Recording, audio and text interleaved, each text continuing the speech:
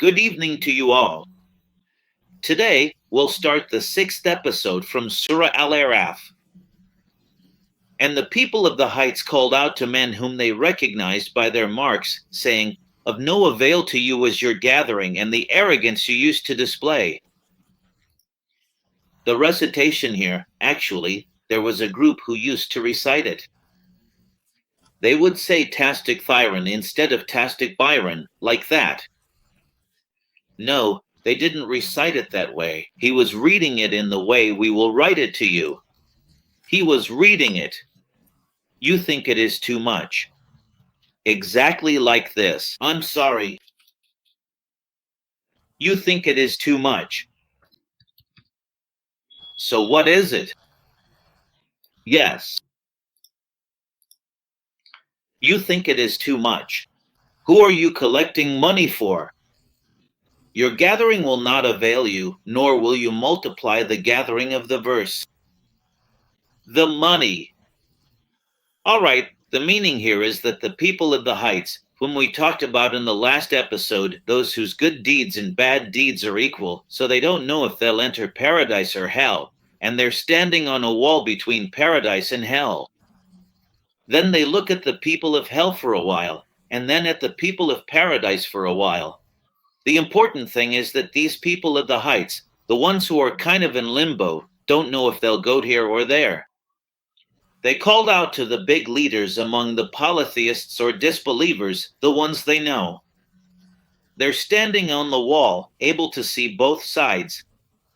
It's clear that this wall is higher than both paradise and hell. You get what I mean? So they called out, saying, "O Walid ibn al-Mughira, O Abu Jahl ibn Hisham, O so-and-so, son of so-and-so." All this because they know them by their sins. The people of the heights are saying to these polytheists, they say to them, "All that wealth you gathered in this world, and your arrogance in rejecting faith in God, none of that protected you from punishment.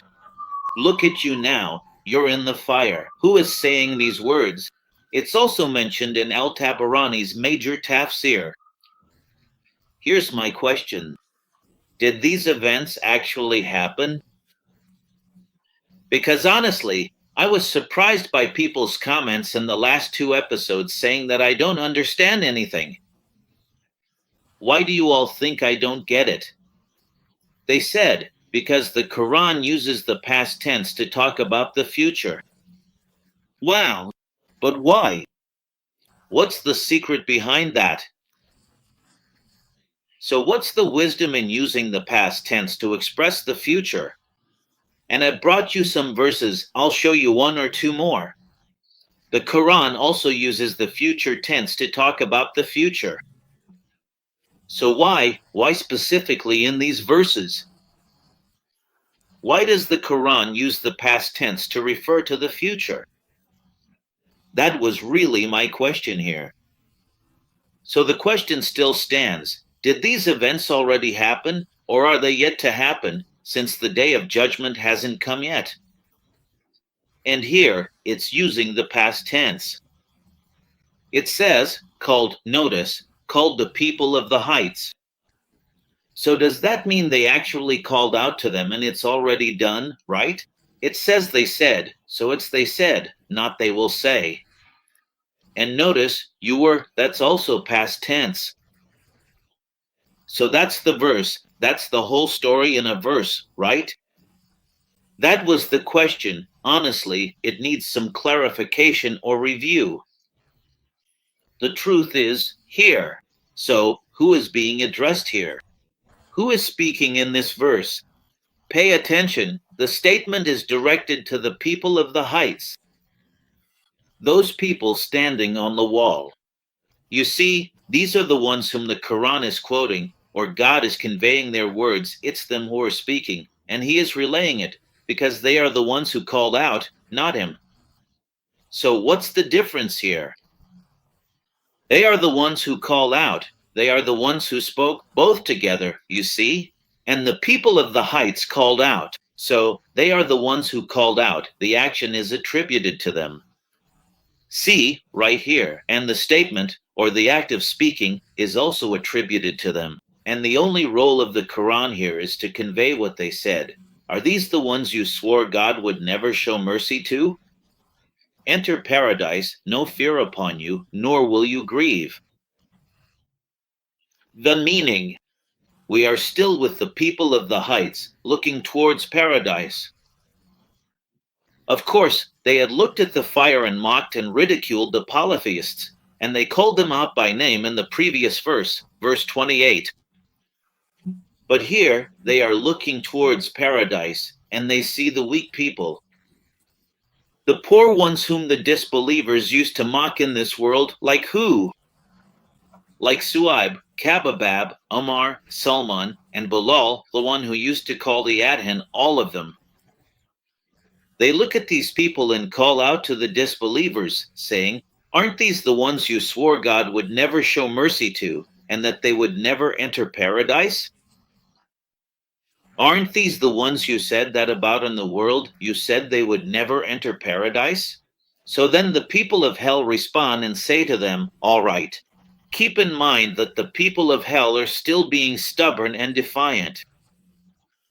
They say to them, fine, these poor folks made it into paradise. But you, people of the heights, standing on the wall, you're not going in. So the angels respond and say to the people of the heights, enter paradise, you have nothing to fear, nor will you grieve. Who? The source here is Ma'alim al-Tanzil by al-Baghawi. But still, the question arises. We're looking at a well-crafted scenario here. Some people said something to others, and then the angels told the people of the heights, go ahead, enter paradise. So here, is this scenario a depiction of what will happen on the day of judgment, or did it actually happen in this world? What's the deal? Honestly, I don't know what the wisdom is behind the Quran's use here. It's about tenses, like in those whom you swore. You swore here means you took an oath. So, it's something in the past. So yeah, that's the point. So here, you really need to clarify this issue. Because the people who say that God, or rather, let's say the Quran, uses the past tense to talk about the future. What's your evidence for that? Where did you get that idea from? You're presuming to know God's intentions. The point to highlight here in the verse is that the conversation between the group known as the people of the heights, the people of the fire, and the angels is a complete dialogue among them. All three are involved, so who is being addressed and who is reporting to whom? To the Quran. And the people of the fire called out to the people of paradise, pour upon us some water or whatever God has provided you. They replied, God has forbidden both of them to the disbelievers. What does this mean? It means that the people of the fire pay attention. The people of the fire, while they are being tormented, ask the people of paradise to pour water over them, or, some water. You see, because they're thirsty, hoping to cool the burning heat of hell they're in, or, in other words, they asked for some food. Basically, they said to them, either give us water or give us food. So the people of paradise responded to them and said, God has forbidden water and food to you, you disbelievers. Now, what's the source here? It's Majma al-Bayan fi Tafsir al-Quran by al-Tabarsi. All right, it's the same thing here as well. So my question here is, when it says, and they called out, what does that mean? It means they actually called out. It's a pronoun. It's in the past tense. The inhabitants of the fire called out to the inhabitants of paradise, pour upon us some water or some of what God has provided you. The group of believers in paradise replied to them, saying, God has forbidden water and food to you. It's clear they just wanted a bite to eat, like a lunch or something. Like, invite them for lunch or something in hell. Just toss me a bite, honestly, to ease my hunger, or pour me some water to quench my thirst, or cool down the fire of hell that's surrounding me. That's the idea. So honestly, I'm not really. Like, take this for example. I'll bring you the verses if the text is actually talking about the future. He uses the past tense. Why? Why in these verses specifically, the ones that preceded them all, does he do this? While in other verses it is used to express the future. Take it with you, sir, and we will increase and increase the doers of good. Al-Baqarah 58. We will reward the grateful. Al-Imran 145. And we will cast terror into the hearts of those who disbelieve. Al-Imran 151. We will write what they said. Al-Imran 181. We will admit them to gardens beneath which rivers flow. Women 57 we will give them. Pay attention to what I am saying. We will give them a great reward. Women 162. We will torture them twice. Repentance 101. We will restore it to its former glory. Taha 21. We will empty it for you, O two heavy things. A.R. Rahman 31. We will lure them in from where they do not expect. Pen 44. We will proceed to the difficult path at night. We will call the customer. The Leech 18. God. Okay, what is the Quran? It has a way of using the past tenses. Future tenses for the future. I mean, like, I will do this, and I will do that, and I will do that, say. There are about 10 or 11 verses among the ones I just mentioned. Go back to the video and check those verses, and notice, in all these surahs, there are about 10 or 12 surahs. And by the way, I didn't even bring all of them. By the way, this was just a quick search, that's all. I mean, you could find 200 or 300 verses in the future tense. Very good. So, are you trying to tell me that this is a kind of wisdom or a type of eloquence in the Quran? That it uses the past tense to express the future? Then why does it use the future tense at all, to express the future in other places and contexts? So what's the secret between the two? Why did he use the past tense here to express the future? And why did he use the future tense here to express the future? Tell me. You tell me, since you're so passionate about it. And then, here, it's a kind of depiction. I mean, is the distance, moment, between the people in the fire and the people in the water enough for the group in the fire to say, pour some water on us? Excuse me, but that simply means that they're right next to each other. Like, just grab a jug of water and pour a little, you know? You get it, that's it. That was actually my question. The next question is, the people in the fire who are being punished, don't they know that this is forbidden to them? So why are they in the fire in the first place? They're asking for a lunch invitation, throw me some food or water. Honestly, I don't get that. Then comes the response from the people of paradise. Like, can't you see? Isn't that kind of a naive and obvious answer? I mean, for him to say, no, I can't give you any water or food, honestly, because God has forbidden that for you, you know? Wow, really? Honestly, you surprised me there, you know? So honestly, I don't know, look, even here, you forgot the past tense verbs, like from what you have been provided. And then, God has forbidden, see, God has forbidden. Yeah, all of these are things in the past tense. And then someone comes and tells you, no, he's using the past tense here to express the future. Well, I gave you 10 or 12 verses as examples. So what's the difference here? Those who took their religion as mere amusement and play, and were deceived by the life of this world. Today we will forget them just as they forgot the meeting of this day of theirs, and as they used to reject our signs. What's the meaning here? That those who messed around with their religion, the one God legislated for them, and forbade what God made lawful. Today, now, we'll leave them in the fire and forget about them. Why?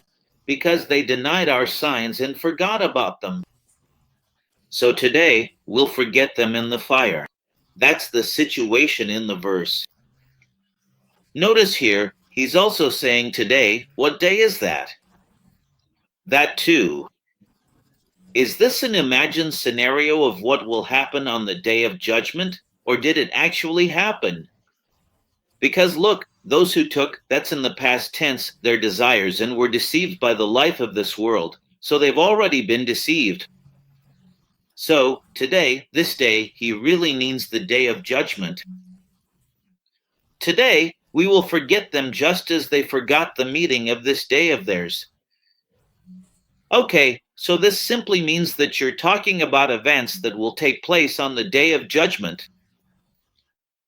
So, what's the reason for using the past tense? The source here in verse 51 is Zad al-Mazir fi ilm al-Tafsir by Ibn al-Jawzi. So, I want to really understand, whether this verse 51 and what is mentioned in it actually happened in this world, or if it is an explanation of what will happen in the hereafter. And if it is an explanation of what will happen in the hereafter, why didn't it use future tenses or verbs in the future tense? Just like the 10 or 12 verses I showed you before. What's the problem? And indeed, we brought them a book which we have detailed with knowledge as guidance and mercy for people who believe. The meaning here is that God brought or gave these disbelievers the Quran, in which we explained and clarified what is lawful and unlawful, so that it would be guidance and mercy, or guidance and mercy for those who believe in it and in what it contains. So, who is the source here? It's Lobab al-Tol Faimani al-Tanzil by Al-Khazin. Honestly, I find it surprising here, because at this point, people have already entered the fire. They're crying out for help, calling to each other, saying, "For God's sake, give us some water because the fire is burning us. It's so hot, and we want to quench our thirst.